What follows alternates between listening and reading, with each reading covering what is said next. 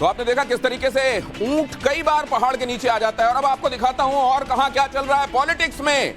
जयपुर में शहीद स्मारक पर सचिन पायलट का अनशन खत्म हुआ। बोले पायलट, 2 बार सीएम गहलोत को चिट्ठी के बाद भी एक्शन नहीं हुआ। उम्मीद है करप्शन पर अब होगी कार्रवाई।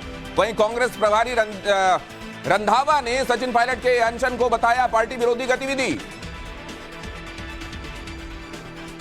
बिग एंड बोल्ड में अब आपको केरल के वायनाड लेकर चलते हैं, जहां से राहुल गांधी कांग्रेस के सांसद हुआ करते थे। सांसदी जाने के बाद पहली बार वायनाड में राहुल गांधी पहुंचे और उनके साथ बहन प्रियंका गांधी भी थी। एक रोड शो में हिस्सा लिया। वायनाड में राहुल गांधी के सावरकर वाले बयान के पोस्टर्स लगे। केरल कांग्रेस की तरफ से ये पोस्टर्स लगाए गए थे।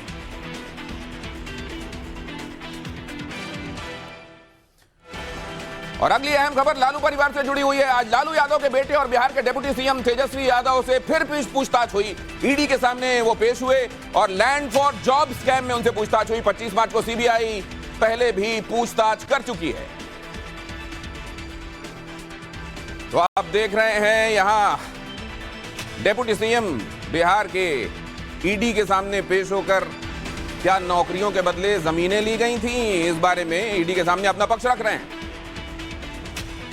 और अगली अहम खबर दिल्ली से है, जहां आम आदमी पार्टी के राष्ट्रीय पार्टी बनने पर हुए कार्यक्रम में बोले अरविंद केजरीवाल, विरोधी पार्टियां, देश विरोधी पार्टियां आज आम आदमी पार्टी के खिलाफ हैं। केजरीवाल को याद आए मनीष सिसोदिया और सत्येंद्र जैन। मनी लॉन्ड्रिंग के आरोपी तिहाड़ जेल में बंद हैं। सत्येंद्र जैन को बताया भगत सिंह का चेला। शराब घोटाले में मनीष सिसोदिया के जेल जाने पर भी उठाए सवाल।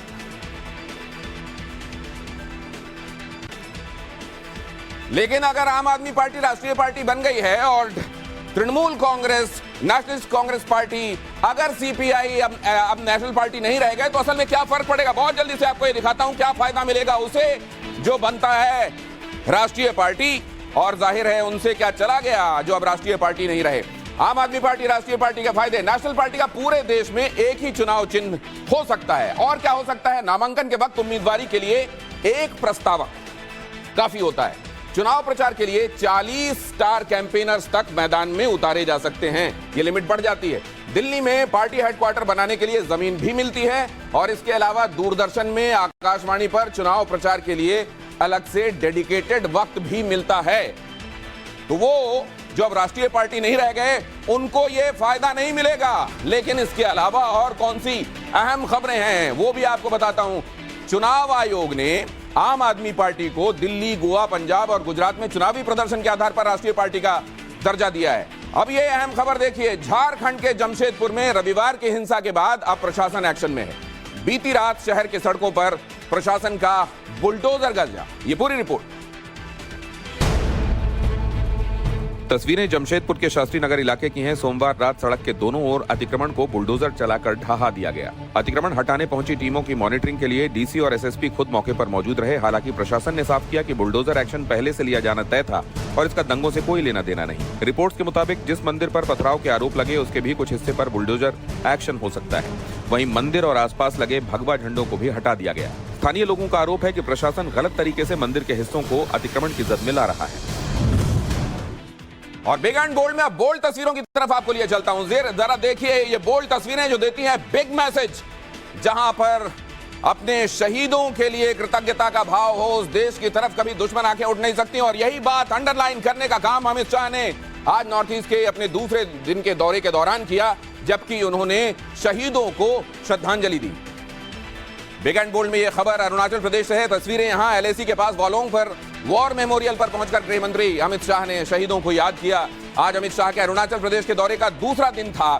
गृह मंत्री सुबह सुबह नमती गए और यहां ये वॉलोंग युद्ध स्मारक पर पहुंचकर देश के वीर सपूतों को श्रद्धांजलि देते देखिए नजर आ रहे हैं। आईटीबीपी के जवानों से बातचीत की, उनका हौसला बढ़ाया। और कल ही अमित शाह ने एलएसी के पास के गांवों के विकास के लिए वाइब्रेंट विलेज कार्यक्रम की शुरुआत की थी और यह तक कहा था कि इसको आखिरी गांव नहीं कहेंगे, यह हिंदुस्तान का पहला गांव है और बूढ़ा होने के बाद में यहीं पर जमीन लेकर अपना वक्त भी बिताना चाहता हूं। और अब बहुत जल्दी से आपको दिखाने वाला हूं मैं क्विक 5 खबरें। लेकिन उससे पहले आपको यह बता दूं कि बाघों की गिनती आपने कभी की है? नहीं की है तो तरीका बताऊंगा। पहले देखिए जरा ये पॉलिटिकल क्विक 5। राष्ट्रीय पार्टी का दर्जा छीनने के बाद टीएमसी चुनाव आयोग के फैसले को कोर्ट में चुनौती दे सकती है। फिलहाल टीएमसी इस पर कानूनी विकल्प तलाश रही है। दरअसल चुनाव आयोग ने एनसीपी, टीएमसी और सीपीआई का राष्ट्रीय दर्जा छीन लिया क्योंकि इनका देश भर में वोट शेयर 6% से कम हो गया।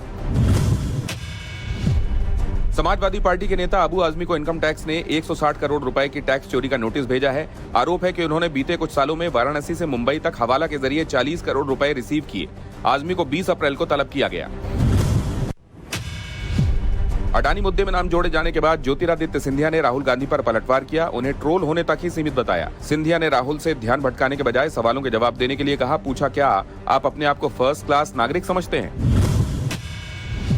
नंदिनी विवाद के बीच बीजेपी अमूल को कर्नाटक में एंट्री करने से रोक सकती है। एक्सपर्ट्स का मानना है कि अगले महीने होने वाले कर्नाटक विधानसभा चुनाव में यह बड़ा मुद्दा बन सकता है क्योंकि इस लड़ाई ने राजनीतिक रुख ले लिया है।